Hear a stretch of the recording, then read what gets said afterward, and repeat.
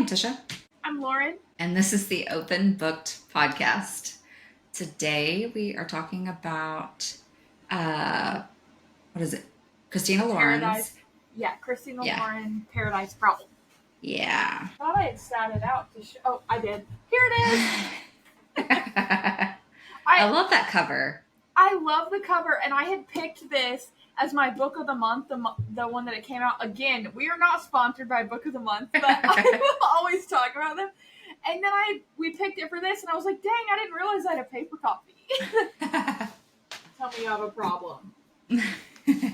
So anyways, it's beautiful. Yes, I love it. So what are you reading right now?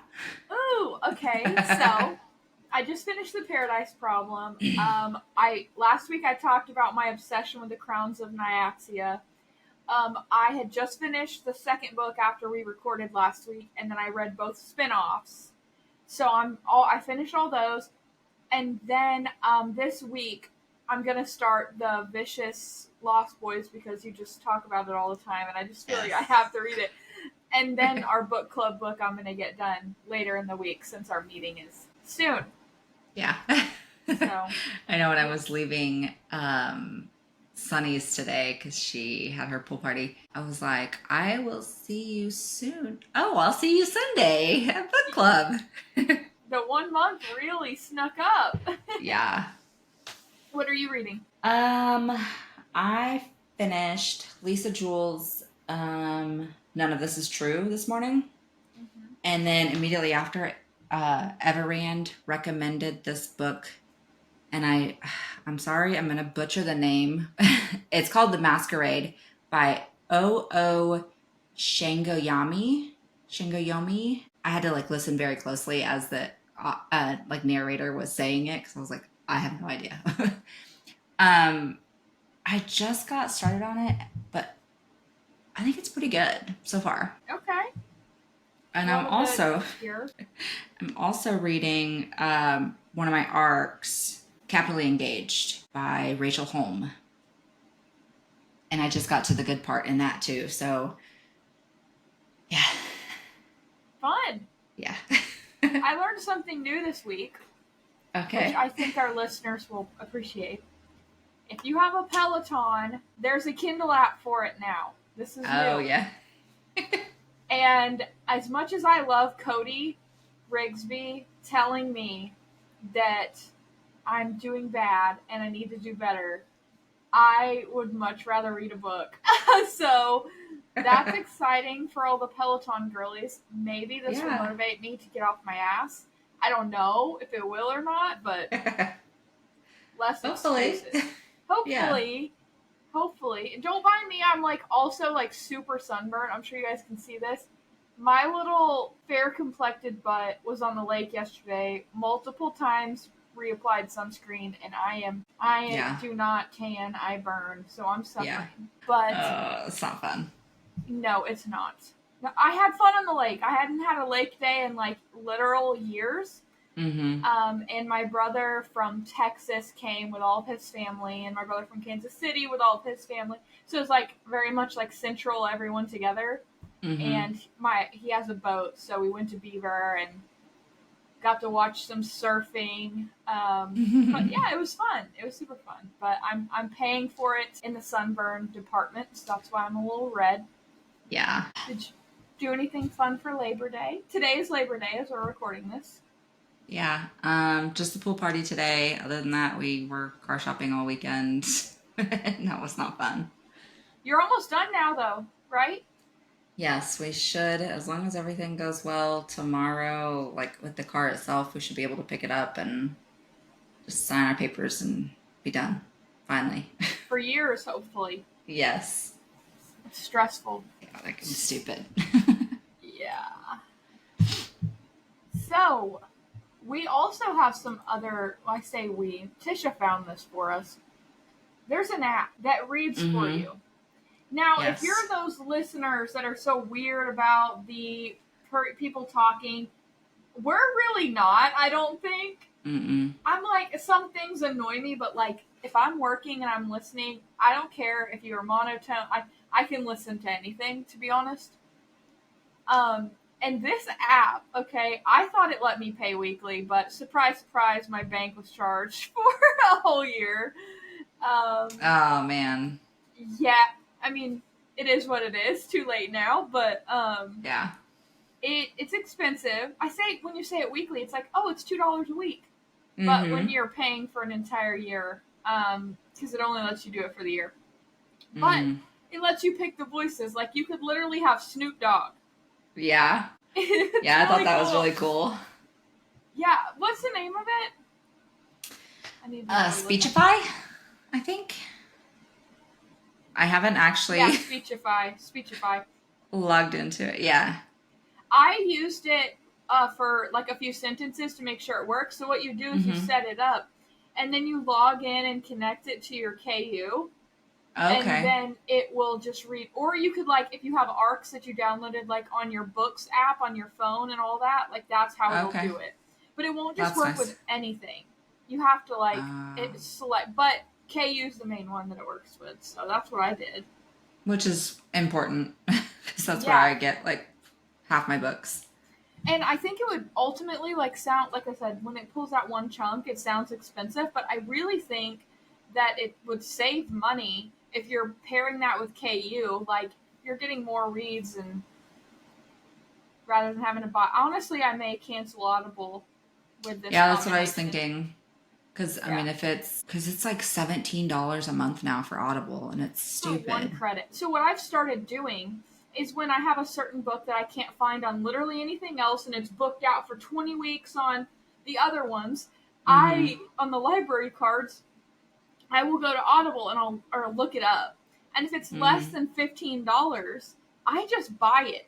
Because I'm like, Yeah. my credit I'm going to use for a book that's like $20 or like to make it worth Yeah. it. So like those are when they're on sale for like $4, $5, $6. If it's a book I Yeah. want to read, I just buy it that way. So maybe if it's on KU, I got a deal on KU for 99 cents for like 3 months or something. So I was like, have fun with Okay. that. Yeah. Yeah, so that's Yeah. what I'm doing now. So we'll see. Yeah. So that annual fee averages out to like $11.60 a month. So it's much cheaper. Yeah, especially for the people who already have KU. Like, you're not adding another additional expense. Yeah. I need to add up everything that I have because I have everything. And Yeah. I think I need to chill. But, you know. Maybe. It's a It'd be write like off. that. It's a write-off for this podcast. Yes. Yeah. So, Yeah. other than that, there has been some drama in the Booktok world. I didn't realize there's so much going on. Before we get really into this drama, something I forgot to put on the notes. Sorry, Tisha. This is coming out of left field. There's this one girl who I came across on Booktok back when Fourth Wing like first came out. She was reacting, and she's hilarious. She's just so. I mean, her personality's huge. She's hilarious. She just signed with the Unwell Group, which is Alex Cooper, Call Her Daddy, Mm-hmm.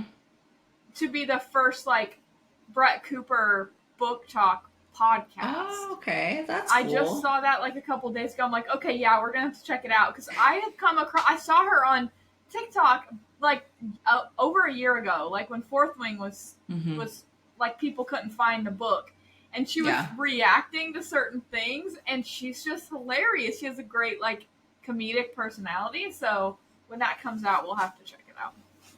Yeah. But yeah, other than that, there's a lot of other. That's not really drama. That's just news. Drama. Okay, the first one. I'm sure you've read about this or seen this. There's a famous booktalker. I don't know who it is. The videos I saw about it, they didn't want like to add this person in the video. I saw 3 or 4. I've seen several that have added her, and they're like, okay, no, bitch. Okay, I don't know who it is, so I don't know if you want to say or not. Up to you. I don't care. But she is taking money from indie authors to use her platform on some sort of agreement. I'm talking hundreds of dollars, okay? Or thousands. Or thousands, yeah. And as everyone who's listening to us probably knows, that indie authors are self-sponsored, if you may not know, okay, so it's like you're starting a business and you don't have a company backing you, right? Like you support yourself. You're buying all the books. You're doing all this. She's taking money from these people on the terms that she's going to do so many posts, so many videos. They're having several issues. Number one, sometimes she's not even doing the posts at all. Sometimes she's not doing what she's agreed to. And then sometimes she just gets on there and talks, and it's very obvious that she didn't even read the book at all. Yeah, she's not reading it. The math wasn't mathing.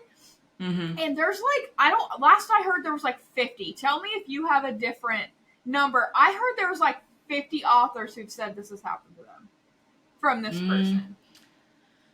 I've only personally seen a handful say that they were victims of this too, but they're typically sharing someone else's. So it's several, like way more than 20 plus. Like, 50 doesn't seem out of the ballpark in any way. Yeah. And it's not like it's like one person, you know what I mean? Like this is a group of people who have no reason to shame anyone. Yeah. Or they're just trying to like get people to read their books, and she's just literally taking money and running.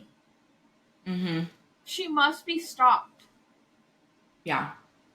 I just tried to look her up. She's deleted her Instagram because her username was at, I think it's Callie's Reading. It was Callis Reading. Okay. And she's not on there anymore. She got bullied off the internet. Yeah. So unless she, changed her username or something, like she gone. Because she, like you said, she's just stealing money from indie authors who already have to pay through the nose to get their books published, who have to kind of beg for ARC readers because they're not known. Like it's a lot of work and a lot of money out of pocket for them until they can get kind of that footing and get a following who will pay for their books and pay for merch and all of that. And that is just like the lowest of low if you're willing to take money from them. Yeah. Yeah, no, it's insane. And on the other side of that coin, if you take your idea to a big publishing company, apparently they be stealing those too. So authors, guys, don't give up. Please don't. Please don't. Keep going. But I could not find the video again, so I don't know if it got taken down. I thought I sent it to you, but I went through our messages and I couldn't find it. And so maybe I sent it on Facebook. I don't know. Tisha and I are sending videos to each other on all platforms through multiple social media accounts. And sometimes I can't find where I send stuff, and I'm sure she's the same way. So I saw a video about more, not indie, but like they're signed with smaller publishing companies and they're smaller authors. Like they're not like at Red Tower or Simon & Schuster or any of like these huge companies, right? That they're pitching ideas and then giving them to big known authors. Like literally stealing their shit.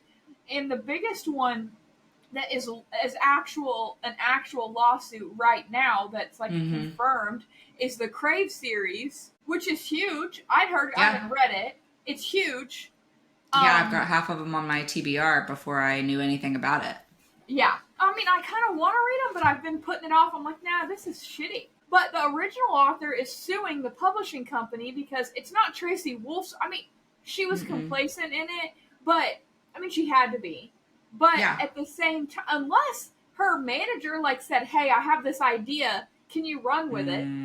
Because that could have happened too. I don't know the whole situation. I'm not going to make assumptions. But what I do know is this person says, this was my idea, this was my plan, this was my everything, took it to contacted the publishing company, and then all of a sudden, Tracy Wolf is coming out with literally my idea. My book, because she said she has like the original copies of the first 3 books. Ooh, I didn't know that. Yeah. Okay. Yeah, so I was like, oh, damn. Yeah, that's crazy. I just can't imagine being someone and being like, yeah, I'm just going to steal this shit. Like, what the are you thinking? And on her, like, the original authors, supposedly posts, there are several other indie authors who have commented and said this isn't the first time. Yes. Okay. Yeah. So then I saw someone make a video about that, and it's the same publishing company. Yeah. And they're saying that all these authors are coming out of the woodwork. So I'm guessing if we're going to see a class action next, where they gang up on the publishing. I don't remember the name of the publishing company, but it's a big one. Yeah. I'm going to look it up because I was just seeing. Goodreads will tell us. Of course they will. We can count on Goodreads for everything. Yes. Oh, or maybe not.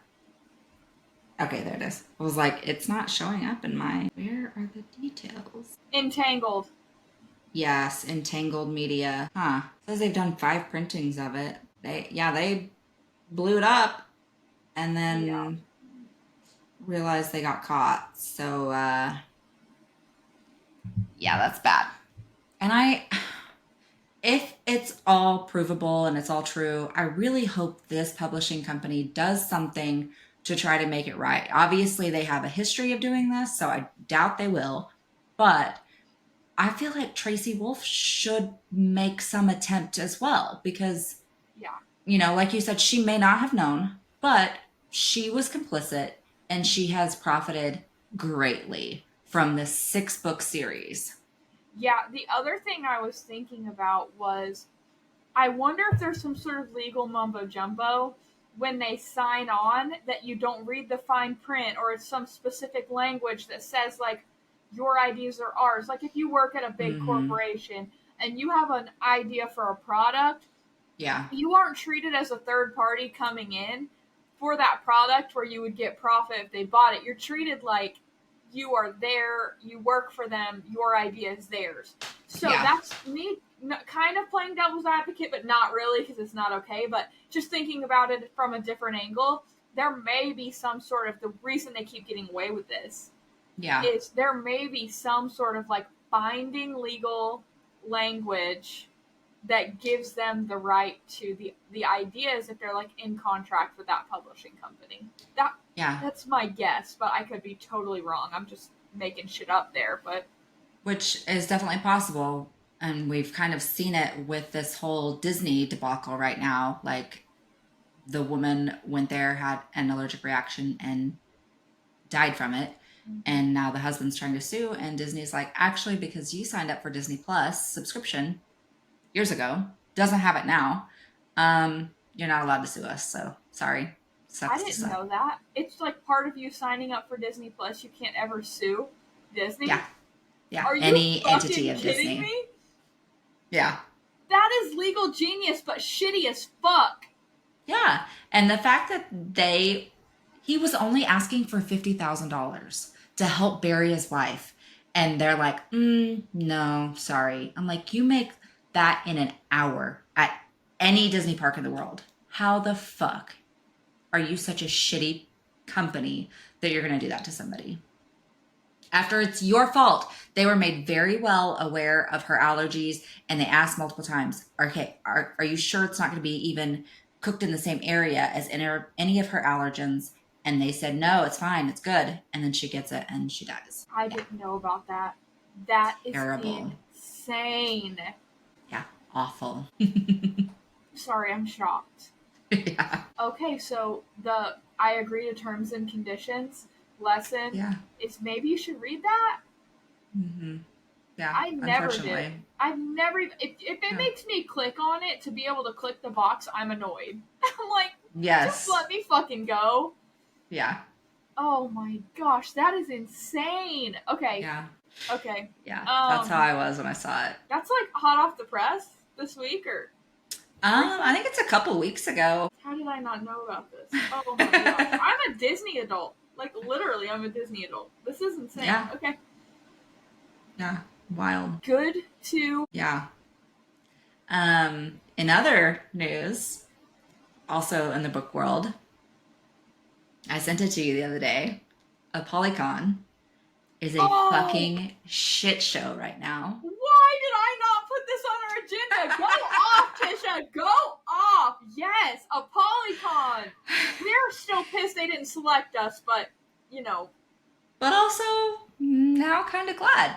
You know, things happen for a reason. So. This is insane. Tell them about it. So, I noticed probably middle of, not this past week, but last week, that a bunch of authors were saying, oh, you know, due to unforeseen circumstances, I'm not going to be able to make it. And it wasn't, you know, one, okay, you know, life happens, whatever. Then I saw like 3, 4, 5, 6 of them. And I was like, okay, something's happened. Something's going on. And apparently, because it's hosted at a Gaylord resort, they require the specific drayage company, which is drayage is like delivery from either a ship, a train, or like a major distribution center to the door. It's supposed to be like white glove service. Like they unpack it for you, they set it all up, and like it's supposed to be really great service because you pay a very high premium for it. Apparently they charge like $3 to $5+ I can't remember the exact amount, but it was, you know, it doesn't seem bad. You know, if you've got 5 pounds, not a big deal, but per pound. And books are not lightweight, especially hardbacks, which a lot of these authors are bringing to then sign and sell or give out as like door prizes or in like special signing events. Like one Polycon video, I saw the girl came home with like 25 books that she didn't have to pay for. So this is a fuck ton of books, like weight-wise. And they are charging every individual author this drayage fee to set them up. And apparently at the last one, a lot of these books showed up damaged. So these authors are losing money. Like they're paying money and then they're losing money because the books are damaged. They can't give those away. They can't sell those. And then they have to pay to then reprint them and do all the things. So it's huge drama. So a bunch of people are like, I can't afford to have my books damaged. I just can't do it. And I can't afford to pay X amount of dollars per pound when I'm bringing like 20 cases of books for these readers who are very enthusiastic about books. So I guess last year, JLA, Jennifer L. Armentrout, covered the cost of the drayage out of her own pocket, which great. Love that. I'm glad that she's able to do that with, you know, the amazing success she's seen. But this year she wasn't able to, which is understandable because it is expensive. It is a fuck ton of money for hundreds of authors, all of their books, all of that.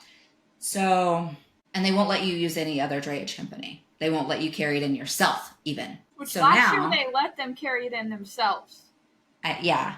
They had so like now, guys there to help, right? Okay. Mm-hmm. So now they have kind of dialed that back because so many people were backing out. They're like, I can't afford that. Like, I'm already losing money coming to this. Like, I was just trying to, you know, marketing. Like, I was going to eat that cost and just pray for the best. And I guess JLA, I saw a couple days ago, decided to kind of split it with them, split the cost, the drayage cost with the authors, which is still a lot of money. But I think some were able to make that work for them. They are apparently allowed to carry like one bag or box of books at a time. So they would have to make multiple trips back and forth. But they can't have more than 2 people carrying them or something like that, like across whatever large convention center floor to set up their table instead of paying the drayage fee. Fuck does it matter if an author is carrying their own books? Yeah, that makes no sense. Yeah. Yeah. And I guess there's been talk about, which I think it's probably rumor, but somebody said that there was a rumor that if you're on a panel, you have to pay to be on that panel at a Polycon. I don't know that there's any truth to that, but if there is, that's insane. To the tune of $2,000. Yeah, I was like, I would think you would pay people to be on your panel. Yeah, and then after all of the drama with the volunteers that were being really hateful to the attendees, like there's just a lot, and I'm really glad that we didn't get picked to be part of that. Yeah. Until they can work out, all of that. Yeah. Man, never a dull day in the Booktok world. Did we even talk about the Booktok Baddies Facebook group? I don't think we When did, that because shit that went was down, we both went down wild. like dives because honestly, as a small business owner, I loved Booktok Baddies because every Sunday it would let me post my product. And I Mm-hmm. sold several candles because I have some that are inspired by books. And Yeah. I miss Small Business Sunday. The other books do it on the other groups do it on other days, but Yeah. Baddies had it down and it was a huge page. But so Mm-hmm. what was the deal with that? They did a retreat where these people like paid, and then it ended up being like she took the money, cheapskated it out, and like paid for her family or sister or something, right? Yeah. And didn't She use the guest money for anything for them. No. So I think it was like 350 or 550 that they each, person that was attending paid on top of, getting transportation there, to rent this giant like Airbnb, VRBO, like cabin. They were all just going to go hang out, you know, community and read and, do whatever fun stuff they could come up with over a 2 or 3 day weekend. They get there, and they're supposed to all have like swag bags, like authors donated stuff, small businesses donated stuff, like stickers, bookmarks, pens, all kinds of, just little swag stuff. So they're, getting there, they're expecting to have this like $100 value swag bag. None of that's there. And then these authors are like, where's the shit we donated? And they had to all find their own transportation from the airport or wherever they came in from to the cabin, whatever. And then there were supposed to be food and snacks and drinks and all kinds of things. And none of that was there. And then the admin of the Booktok Baddies shows up with her sister, who she paid to fly in for the thing, the retreat. And everybody's like, what the hell? And she's like, oh, there's no food or groceries. Like, you'll have to figure out your own eating situation. And they're out in the middle of nowhere. So, getting an Airbnb or like DoorDash is not really an option. Yeah. Like, even pizza delivery, they said, was out of range. They also like said the closest place was like very far away, and there was like a lot of people who didn't have vehicles because they had flown in. I think the other thing was that there was like one option, and there wasn't a lot of. I don't know. I just remember seeing that they did not have any variety or options, and they were all pretty much like, "This fucking sucks." Yeah. So the whole group has been like disbanded, deleted. All of the original admins before this girl took over with one other admin, the other admin wasn't able to attend, so the bad admin like ruined it for everybody. They tried to archive the group and nobody could comment or post anything, and then it just completely got shut down, like deleted. And then the old admins created a new page, and they're trying to start back over from scratch, but I think I'm in it, and it was a couple weeks ago I checked, and there was only like 5,000 people in it compared to like 30, 40, 50,000 before. I thought there was hundreds in Booktok Baddies. Possibly, yeah. It was a lot. Yeah, I think it was like, if I remember right, it was like over 100,000, maybe. But that doesn't surprise me. Yeah. Yeah. A lot of people also said there were like, I guess they did like a birthday thing which I hate participating in those, because then I feel like I always get chipped. Like, I'll send somebody, a $20, $25 birthday gift, and then when it comes to my birthday, I don't get anything. So I'm like, I don't know about that.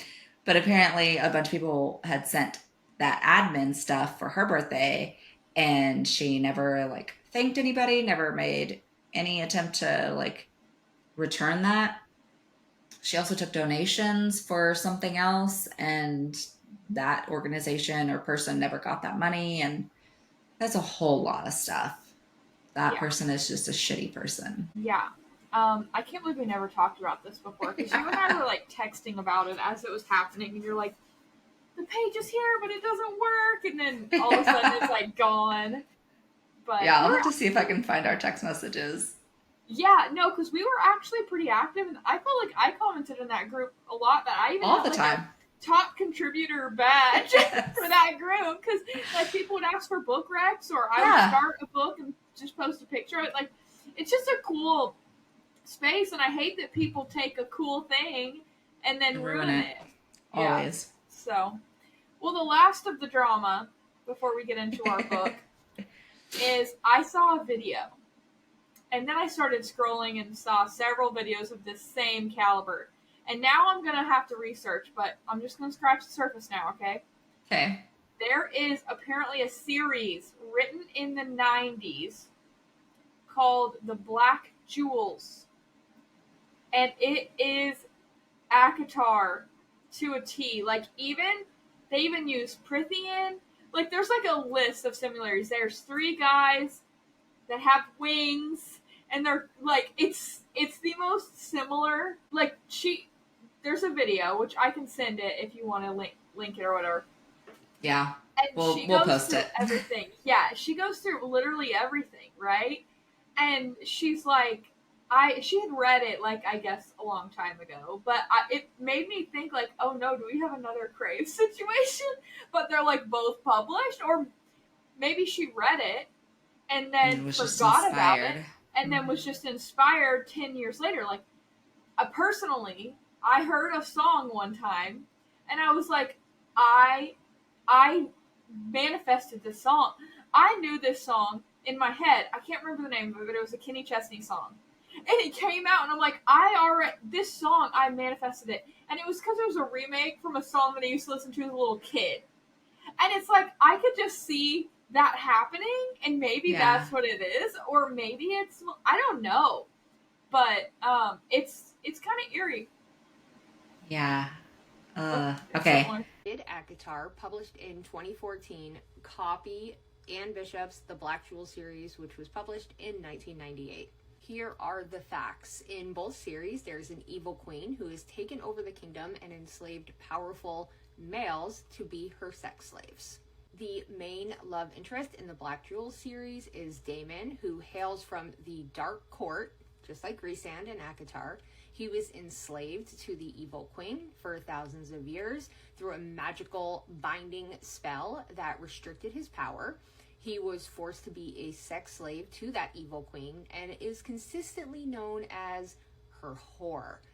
He is described as being stunningly beautiful with short blackened hair, golden skin, feline grace, bedroom eyes, and he has the power to break into minds. In the Black Jewel series, there is a group of bat-winged people called Arryns that live in mountain camps. They are a warrior race who brutalize their females and prevent them from learning to fight. Also, they have a rite of passage known as the Blood Run. Sounds very similar to the Illyrian Bat Boys in ACOTAR. There are High Lords. There is a character in Black Jewels named Prithian, spelled exactly like the fairy realm Prithian and ACOTAR. People talk about wing size with correlation to other body parts, just like the Bat Boys in ACOTAR. I have read both series, and if you are going to read the Black Jewels series, just Google the trigger warnings, because it is more of an adult fantasy, and there is some very heavy content there, and it's a much darker read. But when I was reading the Black Jewels series, I could not believe the eerie similarities to ACOTAR, to the point where I Googled it to see if other people had picked up on this. And apparently, yes, they have. So, yeah, wild. Yeah, and now I'm going to read it. I want to research, so we'll circle back once I get to that point on my TBR. Okay, should we get into the book? Oh, before we do, I have a question, because I thought of it yesterday and I was like, oh, this would be good. So if you're reading a book or a series, and you're getting, like, you don't want it to end, so you, like, put it off. Like, you'll read 5 other books before you finish this book just because you don't want it to end. Yeah. Yeah, no, for sure. Everybody I know does that, but I was like, do they? Because one of two ways. I'm either going to do that, or I'm going to finish it all in a day and fucking hate myself. and then be like, I'll just reread it next month. Yeah. Yeah. Yeah, I did that with None of This Is True. Okay. You're like, I'm just gonna kick this can down the road. Yeah, I was like, well, I started into Capitally Engaged, and then I did something in another book, and then I was like, okay, I went for a run this morning. I was like, fine, I don't have any other audiobooks lined up. I have to finish this one, and I don't want to. Get her done. Yeah. Are we ready? Yeah, I think so. Okay, the Paradise Problem. The biggest thing I learned today while researching for this is Christina Loren is actually two best friends, and that's their pen name. It is two authors. I didn't know. I thought her name was Christina Loren, so I guess one of them's Christina, one of them's Loren. Okay, yeah, that makes sense, because I was like, that's kind of odd to have two first names. Well, and I was watching videos, and they kept saying they, and so I was trying to determine, okay, is that like the preferred pronoun, or is that like... But then when I read that it was, I was like, oh, so they're saying they so they can include both authors, because it's actually two. Which I think this speaks to the writing that I never could tell. Whereas like the one with Colleen Hoover and Taryn Fisher, I feel like you could easily tell. Oh, for sure. Like it wasn't, I feel like they're very consistent. I assume they just sit down and do it together. Yeah. Rather than mailing it back and forth like Colleen Hoover did. Yeah. Okay, so... Spoilers. What? Spoilers for Fake Marriage. Shitty family and morals. Fucking pretentious rich assholes. Yep. Death, which I just learned this, like, death not portrayed in the book. It's like just discussed that it happened in the past. Like, obviously everybody dies, but apparently that's a trigger that we need to be aware of. But I don't think there were any others, were there? No, it was really a clean book. Yeah. Honestly, the spice was good, but I'd give it a solid 1.5, 2. Yeah, it wasn't like it wasn't insane. Like, I mean, it wasn't fade to black, but it wasn't, porn. Yeah. So, all in all, before we get started, I gave this book 4 stars. What did you give it? I think it was 4 stars too, because I was like, not my favorite. Not my favorite, but I didn't hate it. Like, I didn't love it. I didn't hate it. I thought, man, this is just like every other rom-com, but it's also not just like every other rom-com. Yeah. The reason I say not is because the thing I appreciated about this book was the big problem that breaks them up and then they get back together was not a miscommunication. And I just hate a good miscommunication. So the fact that it was just like literal morals and a shitty family and shit that they had to work through, like, that made me appreciate it more. I would have given it 3 stars if it would have been a miscommunication. Maybe 2.5, but the fact that it was like a literal thing that he had to work through, and it wasn't like this big drama, like, I appreciated that. So that's why I gave it a 4. Yeah, I took 1 off because I hate the fake marriage trope. Oh, you do? Just hate it. Like, I think that's why I didn't like the fine print, the terms and conditions, like that whole series. You liked the first one, didn't you? Hated it. I thought you liked the first one. Okay, I liked the first one. I finished it, but I just couldn't. Yeah. Was that Lauren Asher? Yeah.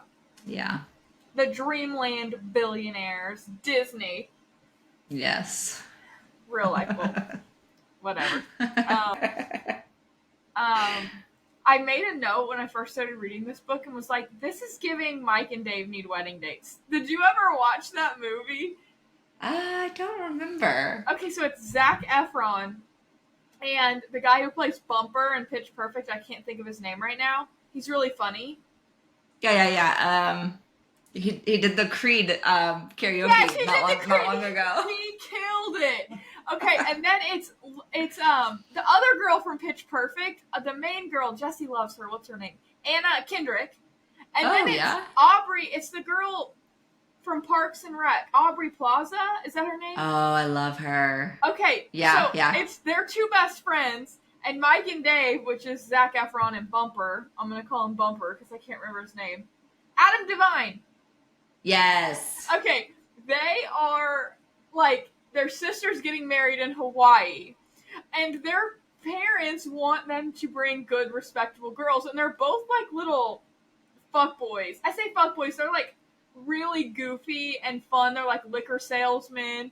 And then they think that these girls are two respectable girls. And they're, like, high as shit all the time. They're just partiers. And they take them to Hawaii, and it's just all these crazy turns of events that just prove that they aren't who they said they were, and then they all end up being together. Like, it's a really funny movie, and I was like, this is totally giving the same energy. I could see that. But I was good. I was so just shocked at the lack of any emotion in the very first chapter. I was like, why are you not upset? Yes, that's what I was gonna say too. I was like, when it starts with a divorce and she didn't really give a shit, and she was like, is he gonna kiss me? I'm like, you're divorced? I'm just confused. So then when it came up and she's like, hi, we used to be married, I was like, wait, what? And then it kind of came out, and I was like, okay, that makes so much more sense. That was a nice little hook though, because that made me be like, oh, what's going on here? She's like, I don't even know his middle name. I was like, well, apparently you don't even know his first name. No, Weston? That was killing me. Your last name is Weston? What? Who named someone Weston? Which I thought was funny. Oh, man. I liked her character. I thought she was kind of quirky and fun. I liked him too, and as he opened up throughout, and you can see he definitely has daddy issues. But he's worked through them enough to know he needed to be separate from that. Mm-hmm. So I genuinely, the characters were likable. Alex pissed me off. The younger brother is the fave. He's fun. He's easygoing. But the big brother pissed me off the whole time. Fucking douche canoe. He just needs to go have some alone time with his wife. Poor girl is obviously neglected. Starving. Yeah. Yeah. Yeah, that was... I was like, okay, this is too much. Yeah. Oh, okay, so I was watching a bunch of videos. Obviously, I do that every week to prep. Everyone kind of had similar thoughts as us, 4 stars. It's not a shitty rom-com, but it's not the next big rom-com, right? It's just cute, and it's a good fast read, and, nothing super spectacular, nothing super terrible. But people got the ick. I don't like to say this word because I am Christian, and there's some things that you cannot get out of me. But how she called his penis GD all the time, I'm not going to say it. Because I just can't say it. It gave so many people the ick because she said it every page. Tell me if you thought differently, but I agree, it was a little much. Yeah, I was like, okay. The first time it makes sense because it sounds like she sees it and she's shocked. But then she's talking about just later when they're together, just talking about it and calling it that. Yeah, I was like, can we not find a different name? Yeah. This is too much. Yeah, it makes me think of How to Lose a Guy in 10 Days. Would she name him? Warrior Kroll, King. The Warrior King. I don't know why that just made me think of that. I love that movie, by the way. Yeah, so that was a lot of people's complaints. Yeah. People also didn't really like the whole, billionaire to poor girl, which I'm like, that's every billionaire trope, so that, those don't bother me. No. It's so done right now with everything popular. Mm-hmm. But I think, in 15 years or so, if we were to read some of what's popular now mixed in with whatever is popular then, it wouldn't be that big of a deal. Yeah. And also people did note, which I thought this was a good note, that it's not the typical trope because the girl's usually no, I don't want it. In this case, she's how much? Yeah, give me the money. Give me the money, which was very different than I mean, let's Yeah. talk 50 Shades of Grey, like all that. She didn't want it. This is too much. Take back this car you bought me. Nah, bro, thanks. Bye. I'm gonna cruise around my new car.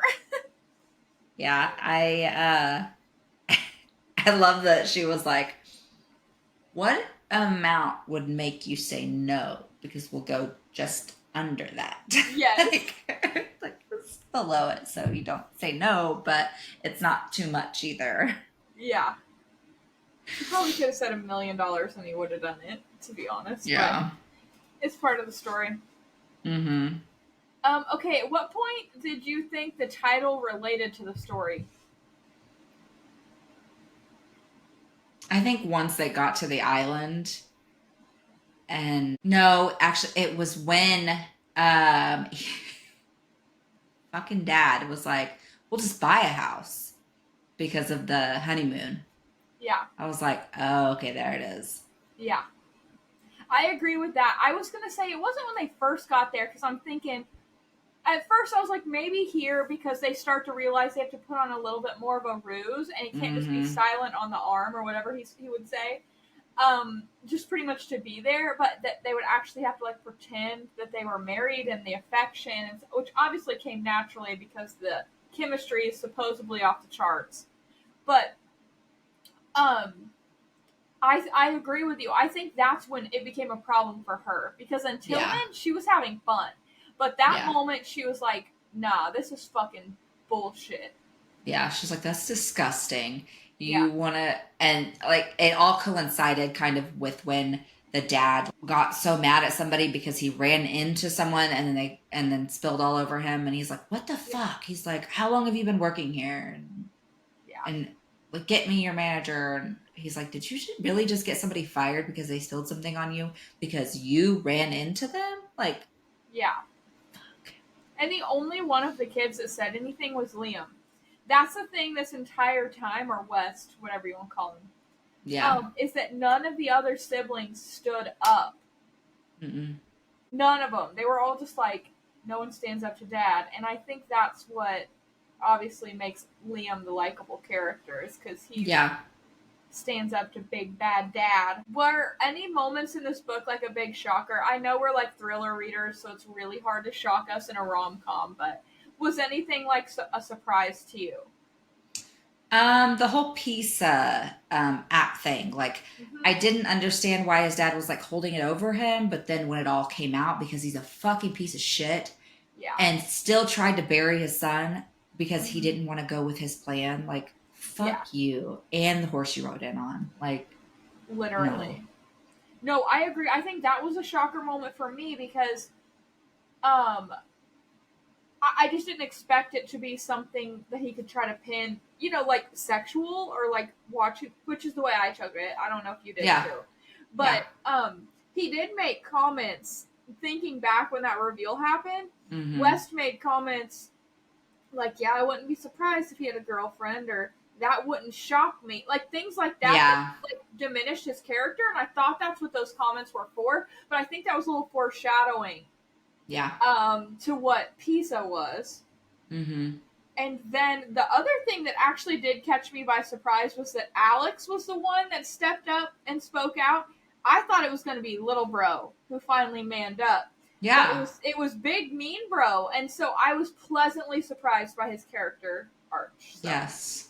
Yeah, I think the way she kind of went at him and the sister-in-law, like, you guys need to get your shit in line, and you need to not let your brother go down for this. Like, I think that kind of woke them up, and they're like, holy crap, we really are bad people. Yeah. And then like the family dinner at the end where they all like came over, it was very wholesome. Like, okay, everyone's healing. Dad's in jail. Mom's only made one mean comment about the comfort of her clothes. But no, I thought it was, all in all, I liked that ending. Like, I was happy with it because it wasn't just about the lovers getting together. It was about like the family getting over their shit. So I think that was really good. Yeah. Some good character development overall. Yes. Who would be your fan cast for this? Gosh. Let's start with Liam. Supposedly tall, like What, brownish hair, Yeah. muscular. Apparently huge. Yeah. Huge Um, GB. okay, Hemsworth. Either one of them would fit. Yeah. Yeah. I mean, you can honestly put a Hemsworth or Henry Cavill in any book boyfriend situation, and they're gonna check the box. Yeah. Yeah. There's a, yeah, I agree with the Hemsworth. I was gonna say Henry Cavill, but his hair's too dark. I thought that he had lighter hair. Maybe I'm wrong, but I thought he was described as like lighter hair. Yeah, I think so. And then I can't remember if she had blonde hair or Pink. dark hair. Oh, it was pink, yeah. It's brown naturally, but she dyed it pink. I thought the girl from Pretty Little Liars, what's her name? What's her name? Lucy Hale? Lucy Hale. Lucy Hale. She was giving that to me. Yeah. I can see that.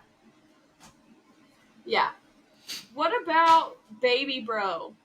Jake. He's supposedly very good looking too. Yeah, I feel like, I don't know, everybody I think of is like our age or older. Like, I can't think of young characters that would be like freshmen and through seniors in college. Like, but I feel like it has to be like a funny guy, like Chase Stokes. I was gonna say JJ. Yeah. From Outer Banks. Yeah, that would work too. Also someone I thought for Big Bro. I think his name is Nate in Pretty Little Liars. No, sorry, Gossip Girl. Not Chuck Bass, but the other guy in the circle. Yeah. That Serena's with initially, or she sleeps with. Yes. She leaves town. I just thought he would be good Big Bro. Nate Archibald. Yeah. I could see Alex. that. Yeah. And then his wife has to be someone super pretty. I was thinking like Margot Robbie. No, what? Margot Robbie is the little sister Charlie. Yeah. She's bubbly, super pretty. Was the wife? Did it say whether she was blonde or brunette? Because I'm thinking blonde, big boob. Like, remember, she was the big boob girl. It's always showing all the cleavage. I was thinking like the girl that plays Blair. Oh yeah, in Gossip Girl. Yeah, Jenny Humphrey too. She has her moments. Her character arc is more of like a roller coaster. Like Chuck Bass, love it. He just got married. I saw that. He did. I saw that because the mom from Gossip Girl, the stepmom, gave a speech. I was like, oh, that's sweet. They like stayed friends, I guess. Yeah. No, it looked beautiful. Yeah. Okay, so now we need to cast. Are we just sticking to Gossip Girl? Because I genuinely think Chuck Bass's dad could play Bad Daddy. Like Jay Weston. Yes. Daddy Chuck Bass. And then the mom could be Lily. Serena's mom. Yeah. That's what we need to start doing. We need to start doing a fan cast based off of one particular show, and you have to use every character. Oh, man. Who did we miss? No, we did. We missed the wife of the main one, the slutty wife. Oh, I'm gonna say Sydney Sweeney. We got big boobs, blonde, super pretty. Sydney Sweeney. Oh yeah, for sure. That's like perfect. Man, I'm good at this. Maybe I should do casting for books. Just kidding. Wait, who did you say Sydney for? Alex's wife, the slutty one. Okay, yeah. Big boobs. But then for her mom, or for the mom, I had said Lily from Gossip Girl, like the mom. Okay, I was gonna say Blake could do it too. Oh yeah. After all the drama in the last. Give her a bitchy old lady role. I'm sure she would be like that about fashion. She played such a bitch in A Simple Favor with Anna Kendrick. Killed that role, yeah. Yeah. I was like, okay. I didn't love that movie, but She did a good job. I don't It like actually Anna gave me Kendrick. it actually gave me Gone Girl vibes. Yeah, I can see that for sure. Like, yeah. They're both based on books. Did we Yeah. miss anyone? No, I don't think so. Maybe her friend. Vivi. Yeah. That like stayed with her dad. And then her dad. Her dad just needs to be like, the mall cop guy. Paul Blart. He just he's like a good, nice. Yeah, what's his name? Gentleman, start your engine. That guy. He's best friends with Adam Sandler. Yeah. Kevin James. Yes, this gives like loving father vibes. Her friend, they never really described. I feel like it could be. She was just in It Ends With Us, the sister or the sister-in-law. Yeah. Okay. Yeah. I can see that. Just a fun kind of reliable character, but will deliver a punchline. Yeah. No, I can see that. I think we got them all. When they're in the room, like she showers, and then he goes to get in the shower, and when she peeks. She's like, I feel like I should know what he looks like. Mm-hmm. And then he's like, did you peek? He's like, it's okay, I peeked too. Yeah. It's like, oh, that's so sweet. That was cute. The internal monologue of her trying to justify being a peeping Tom was kind of funny in that situation. Yeah. And then my note says the dairy farmer lactose intolerant jokes. Yes. And he went with it. I was like dying.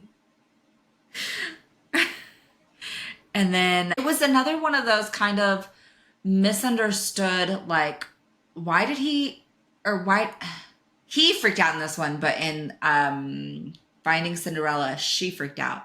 But it's like they have this big like realization moment, and then one of them freaks out and runs away. Yeah, because he didn't know what those feelings were. Yeah, because she's like, I'm your ride or die. And he's like, actually, no thanks. Bye. I'm going to go sulk and brood on a beach for hours. Yeah. And then try to run away. And then I just thought it was funny that this guy that tried to confront his dad, something happened and he like ruined him, and now he's a bank manager in Tulsa. I was like, that's so funny that they specifically mentioned he's a bank manager in Tulsa now. That's the worst of the worst. Tulsa. That sounds terrible. Yeah, no, that is funny. When they said Tulsa, I'm like, random. Yeah. And